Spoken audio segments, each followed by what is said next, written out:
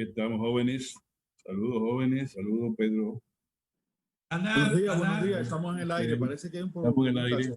Sí. ¿Estamos en el aire? Sí, claro. Pero mira, no contaron no hicieron el descenso. Bueno, hoy es miércoles 27 de enero del año 2021. Buenos días, Don Orión. Buenos días, Don Mozart. Debo comentarles que ayer no pude estar con ustedes porque mi internet me falló por sobrecarga. Pero yo hoy creo que pudiera incluso compensar un poco la ausencia de ayer, porque quería decirles, en primer lugar, que era cierto el famoso documento llamado Plan de Contingencia para Flujo de Migrantes, Flujo Masivo de Migrantes. Lo confesó el canciller de la República, Roberto Álvarez. Es una herencia del pasado gobierno que lo discutió, dijo, pero no se resolutó.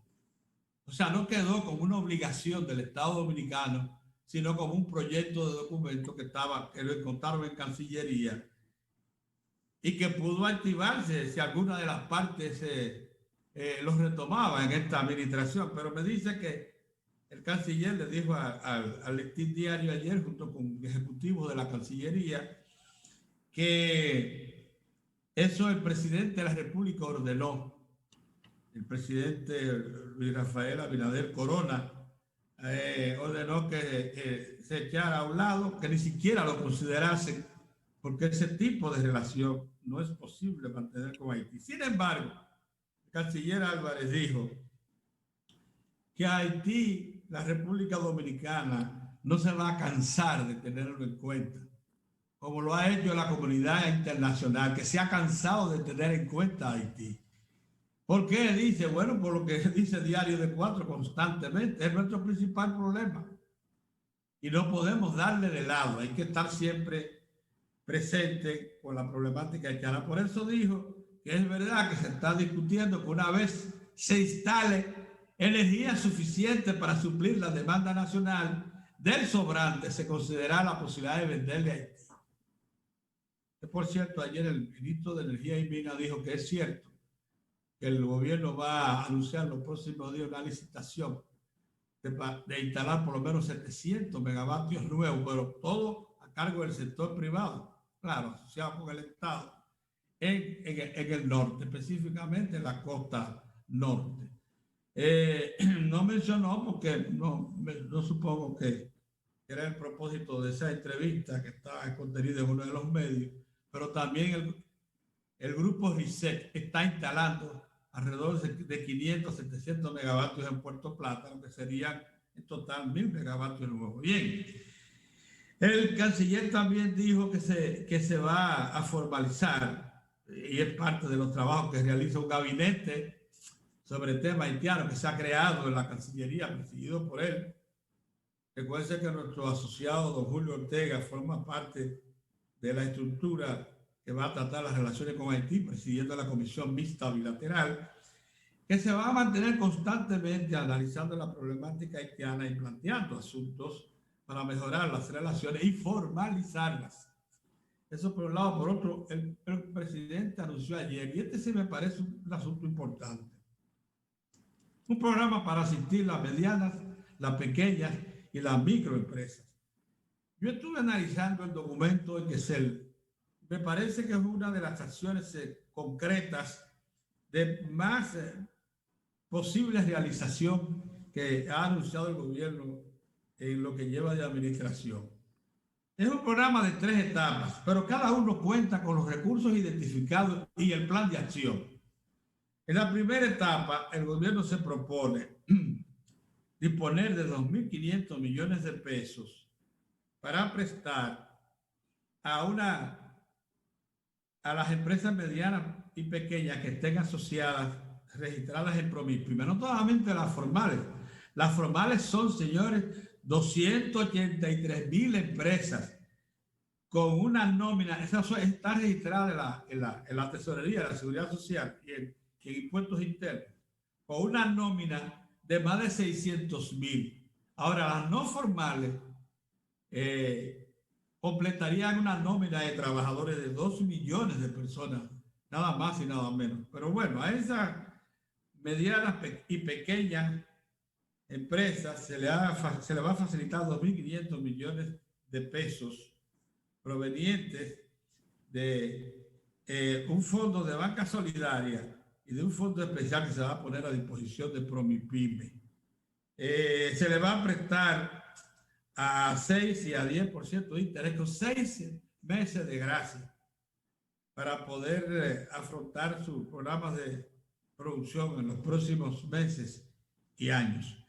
Un segundo programa es para 650 cooperativas registradas en el IDECOP, en que el Banco Agrícola e IDECOP le van a facilitar 1.000 millones de pesos al 1 y al 2% de interés. Estas cooperativas tienen 85.000 afiliados que son al mismo tiempo empleados, trabajadores de esas cooperativas, de esos asociados. Y un tercer programa es un factoring gubernamental que el gobierno va a establecer de inmediato, que se va a llamar Factoring Gubernamental Reservas. ¿Qué implica esto? Que cualquier empresa mediana, pequeña o micro que le supla al Estado y que tenga factura por cobrar, la puede ir a vender a ese factoring que es del Banco de Reservas a una tasa de descuento, un descuento que llaman el documento competitivo, pero usted la puede cobrar por vendérsela al banco, que la compra, y se va a encargar el banco finalmente de cobrársela al Estado. Lógicamente, facturas que estén formalizadas por contratos. Eso me parece interesante, esos tres niveles. Entre todos, ha involucrado una suma considerable, más de 4.000 millones de pesos pudieran moverse por efecto de esto. Me parece sumamente interesante. Y quería decirles, antes de pasar a don Orión, que el programa que se anunció, el acuerdo que se anunció con los productores de pollos y comercializadores de pollos, parte del siguiente problema. Miren, señores, un 46% se han incrementado los precios del maíz y de la soya en medio de la pandemia. Eso se combinó con un incremento o depreciación de la moneda nacional con respecto al dólar de un 10%. Es una suma que Orión sabe muy bien, como banquero activo que fue, que es explosiva. Incremento de los costos de producción más tasa de interés en alza. Todo eso hizo que se incrementara el precio del pollo en granja en alrededor de 10 pesos la libra.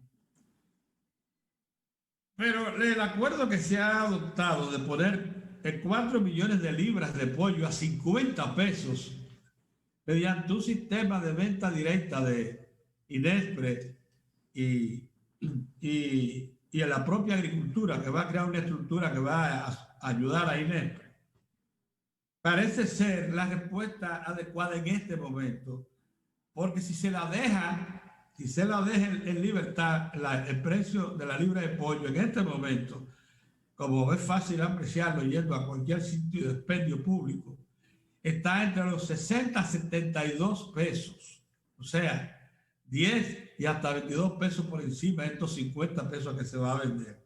Al mismo tiempo, el gobierno dispuso crear una reserva de 2 millones de libras en el sistema de almacenamiento frío para poder tener y afrontar tiempos de alza de precio y escasez combinada como está aconteciendo ahora. Ahí en esa reunión que se celebró en Moca entre productores, procesadores y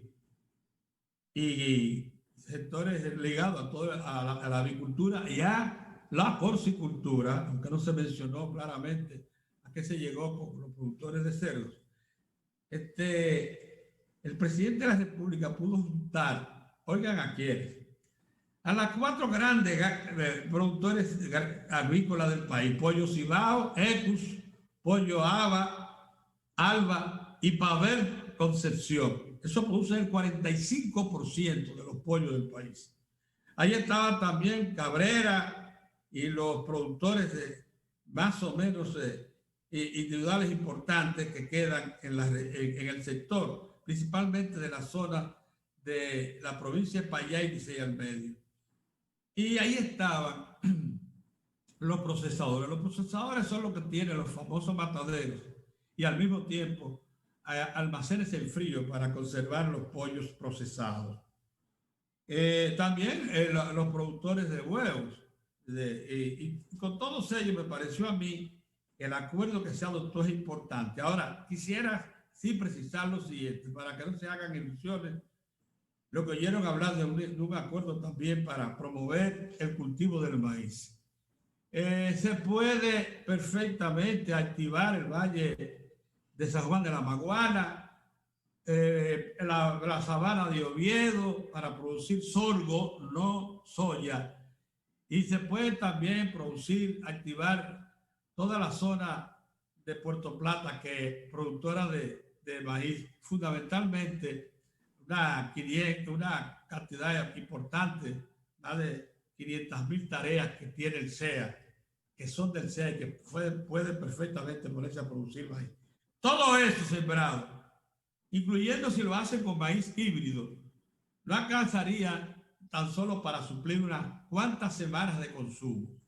La importación de maíz para el sector avícola del país suma 1.250.000 toneladas métricas y de soya 600 a 650.000 toneladas métricas.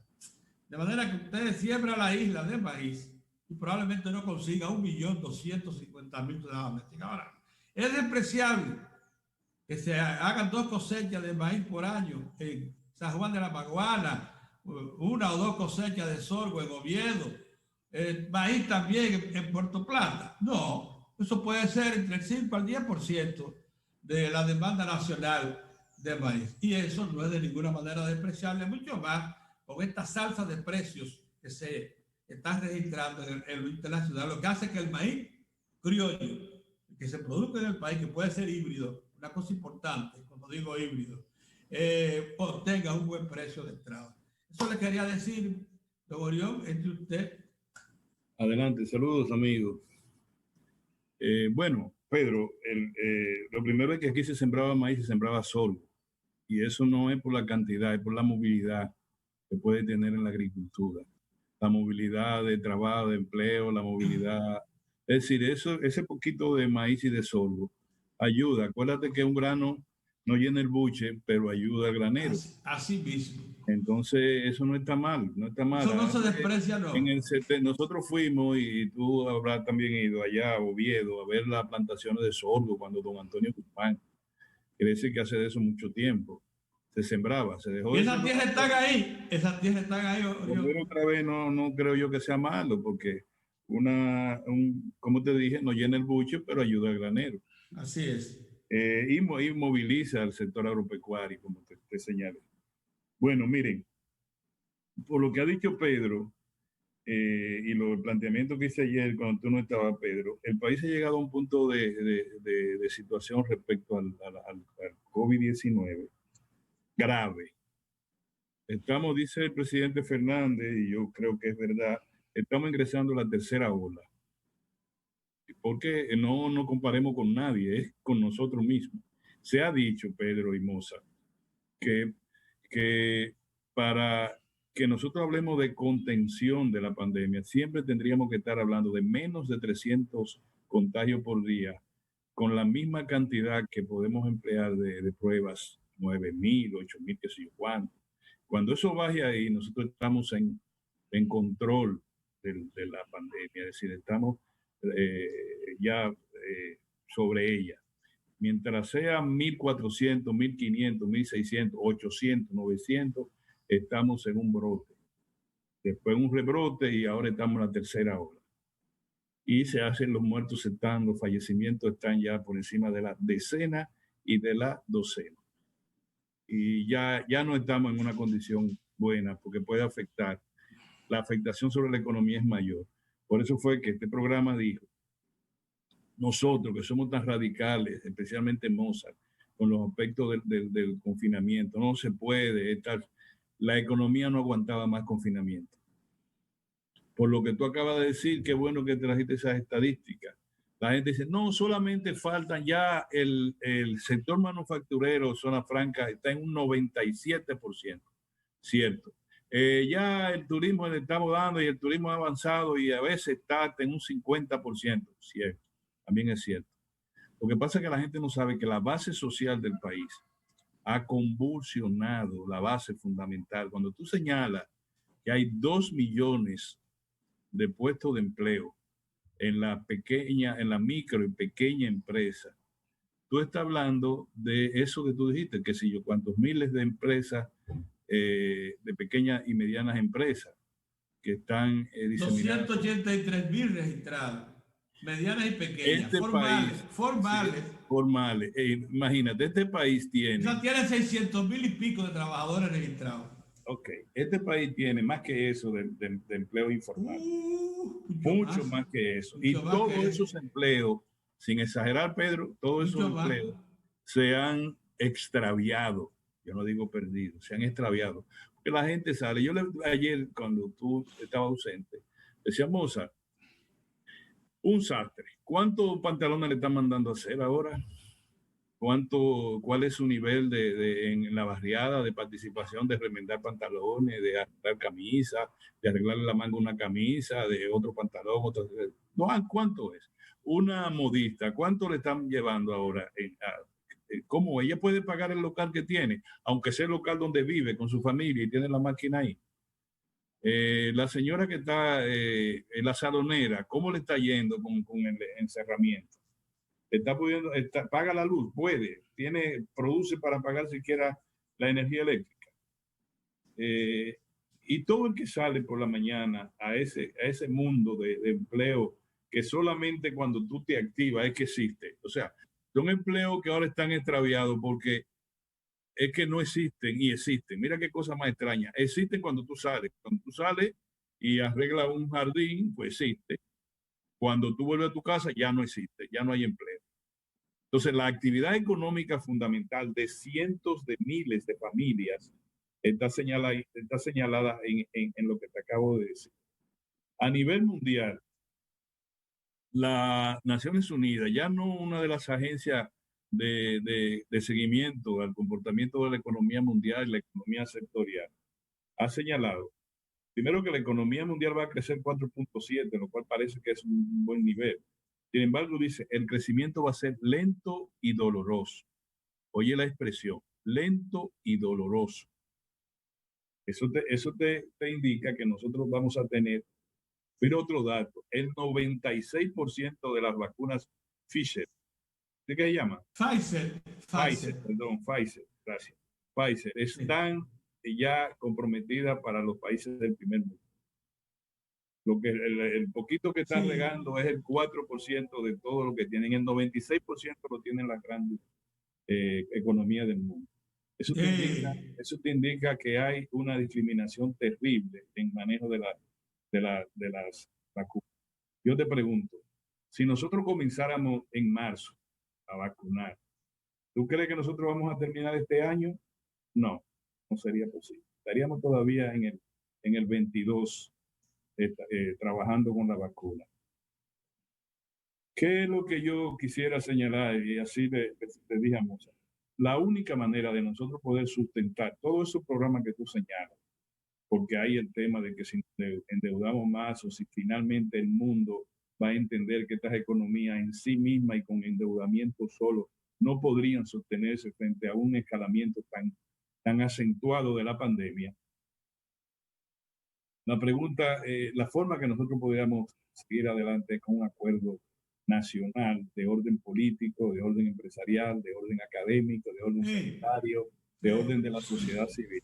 Y le voy a decir una cosa, penosamente digo yo ahora que estoy leyendo la prensa, lo que salió del presidente Luis Abinader, pero fue un enunciado en la interacción que tuvo con sus 5 meses de participación en el Estado.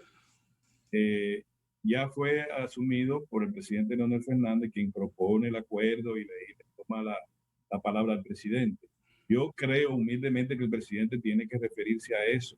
El presidente tiene que convocar a la nación a un gran acuerdo y la nación está ahora en disponibilidad. La gente está entendiendo. Para nosotros tener este nivel, y me queda un minuto, para nosotros tener un nivel de entendimiento, perdón, un nivel de posibilidad de vencer la pandemia en la apertura que tenemos. Pedro, nosotros tenemos una amplia apertura para un país que no tiene la capacidad de protección de la pandemia, pero no podemos hacerle otra cosa, que la gente no entiende que hay 2 millones de cabezas de familia que tienen que salir a buscarse la comida, que están extraviados, su fuente de sustento, están extraviados. Y con este programa que tú señalas, Pedro, ese programa es importante, como tú lo has señalado, el programa de las 3 fases, pero es Zika de colí para lo que está pasando en el país, Pedro. Te lo digo, no va a tener una repercusión importante, pero no como para contener lo que podría ser lo que ya están hablando los organismos en los foros internacionales, la gobernanza, Pedro, la gobernanza. Hay gobernanza en Colombia, hay gobernanza en Centroamérica completo, desde Panamá hasta Guatemala, dejemos a Costa Rica aparte, no hay gobernanza. Hay gobernanza en Venezuela, no hay gobernanza. Hay gobernanza en Ecuador, en Sudamérica completo, en Brasil. Brasil, el presidente se incomodó y dejó la zona del Amazonas, que lleva el diablo. Y está interviniendo la Suprema Corte de Justicia para que le lleven medicina y cosas a una zona. Están pidiendo su renuncia. Están pidiendo su renuncia en las calles. Entonces, ya nosotros, esa tercera ola implica gobernanza, Pedro. Esos 10 muertos del fin de semana es como cuidado, un chipazo, como tú agarras y te da un corrientazo. Cuidado, arregla esa instalación, arregla esa instalación.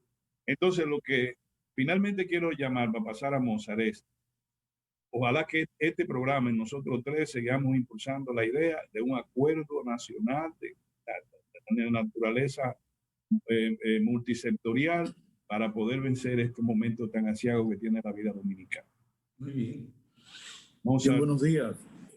Quiero iniciar pues saludando esa atención permanente que tienen importantes grupos sociales y políticos del país, atento al principal problema de la nación, que es precisamente Haití y su grave deterioro a todos los niveles, que se ha constituido desde hace ya mucho tiempo en un gran reto para la República Dominicana por los graves riesgos que permanentemente nosotros estamos afrontando con una nación en franco estado de deterioro, hasta el punto que fíjense cómo las movilizaciones no cesan, el estado de inestabilidad es permanente, y eso pues siempre tiene el riesgo de que el hambre y toda esa situación de catástrofe en Haití pues pueda conllevar a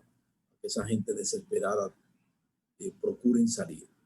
Una vez más, el estar atento a esos grupos sociales, ese documento importante que firmamos mucho, alertando a la nación sobre unos planes que había, o un documento que había para darle facilidades a Haití en un eventual caso de descomposición absoluta, que tuvieran que llegar aquí una cantidad considerable de haitianos, pues darle de alguna manera refugio.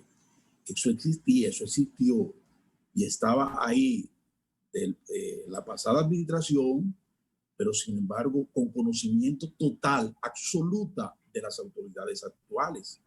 Y si no se está atento, si no estamos atentos y no se hace la advertencia de rigor y en la forma en que se hizo, probablemente otra fuera la historia. Nosotros saludamos que el presidente haya visto esta manifestación importante de grupos sociales del país, advirtiendo sobre ese tipo de acechanza contra la soberanía y la estabilidad de este país, y que decidieran ya sacar del medio ese problema, sacarlo definitivamente, dejarlo a un lado, no hacerle caso a eso. Esa agenda sacarla completamente de agenda.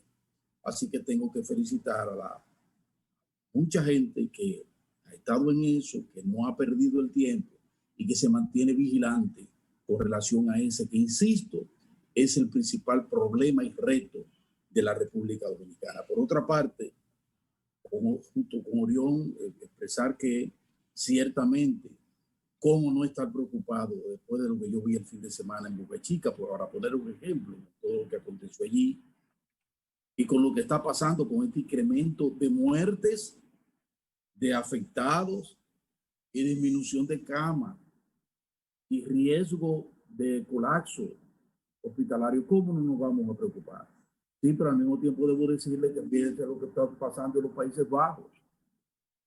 Manifestaciones durante 3 y 4 días abiertas, la gente harta, agotada, con deseo de salir a la calle, de rehacer su vida, con economías que están sintiendo los efectos terribles de la pandemia, que quieren un espacio. Y entonces miren lo que acuden en masa a los asaltos, a quemas de neumáticos, cosas realmente que se ven pocas veces en esas naciones.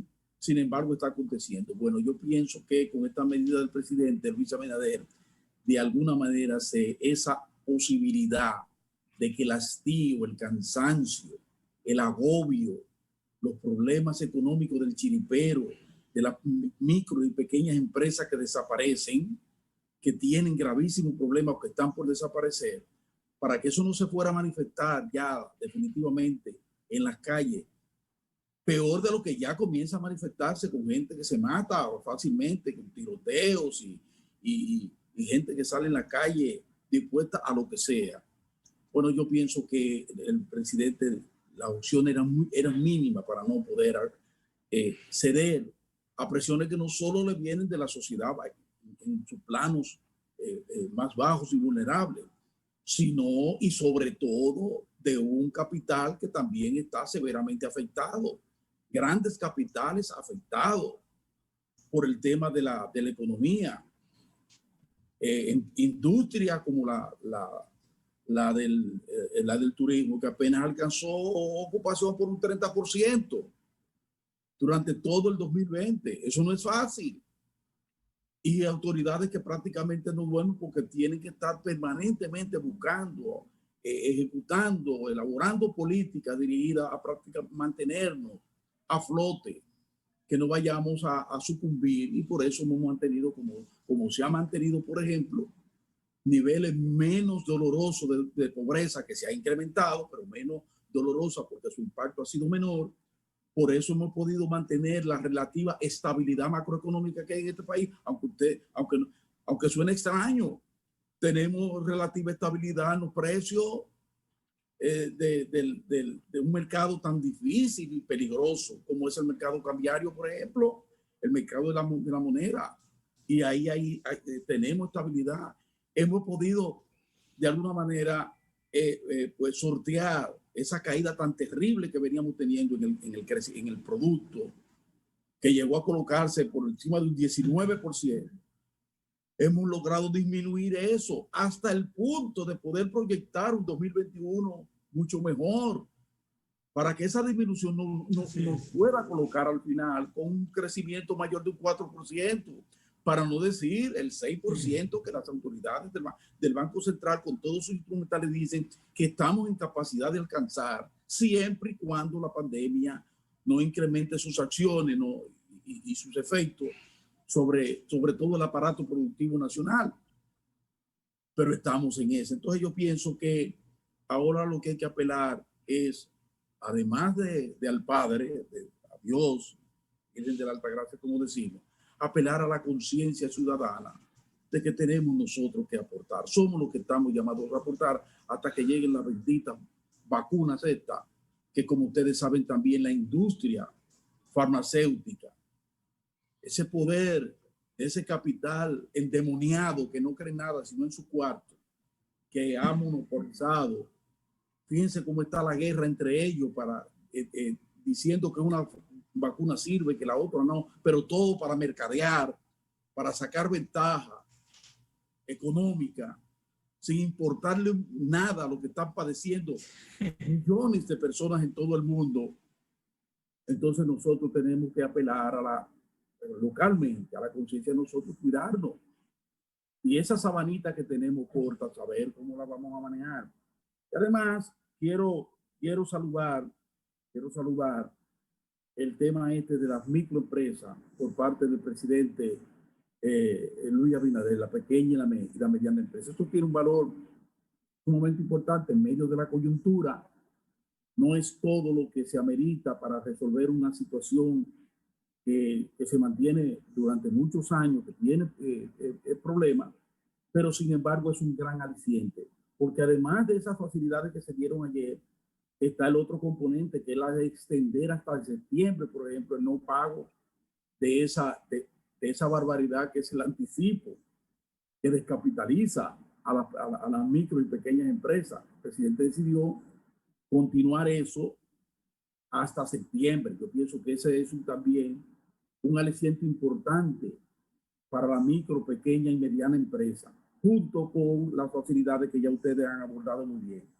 Y finalmente, quiero hacer énfasis en lo siguiente. Señores, el tema de los alimentos y de la carestía.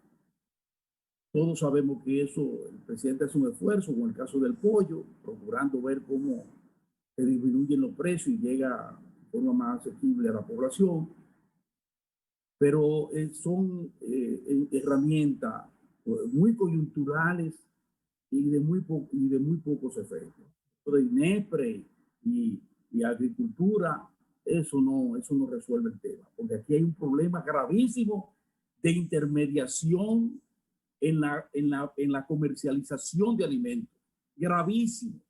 Y entonces, frente a una economía que no se puede intervenir, o sea, frente a una actividad que no se puede intervenir, ¿cómo hablar de control de precios en otro tiempo? No, de lo que hay que hablar es de continuar el proceso, digo yo, humildemente, de continuar en el proceso de incrementar, darle facilidades para incrementar la producción en el país a todos los niveles, pero al mismo tiempo incrementar la asociatividad, que los productores se sigan asociando, que puedan comprar sus camionetas y sus camiones para traer ellos mismos, llevar hasta los mercados sus productos, pero mediante la asociación, la asociatividad que se llevó muy bien durante el pasado gobierno, y yo pienso que eso se debe incrementar en forma sustancial.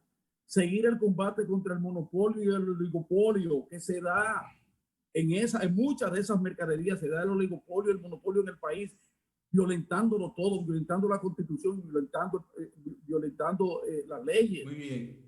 Aquí hay monopolio y oligopolio, y eso se da en esos productos también. Esos son los elementos que hay que atacar directamente para resolver el problema. Porque con INESPRE. Mira, Mozart, la diferencia de los... Mozart, oye esto, la diferencia entre los encuentros anteriores es que ahí estaba en esa reunión los principales responsables del mercadeo avícola.